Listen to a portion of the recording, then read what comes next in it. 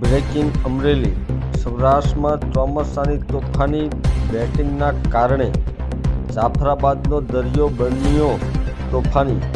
ભારે વરસાદની આગાહીના પગલે જાફરાબાદ દરિયામાં જોરદાર કરંટ જોવા મળ્યો। દરિયો ગાંડો દૂર બન્યો।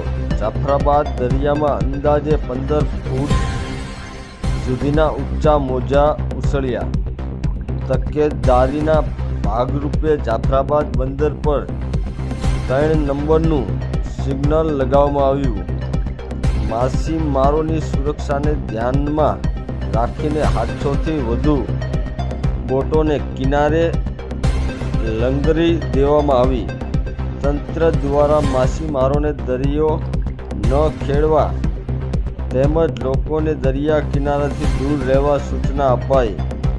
રેડ એલર્ટના પગલે દરિયો વધુ રફ બનતા દરિયાકાંઠા વિસ્તારોમાં સતર્કતા વધારવામાં આવી। રિપોર્ટર અકબર સૈયદ, જાફરાબાદ।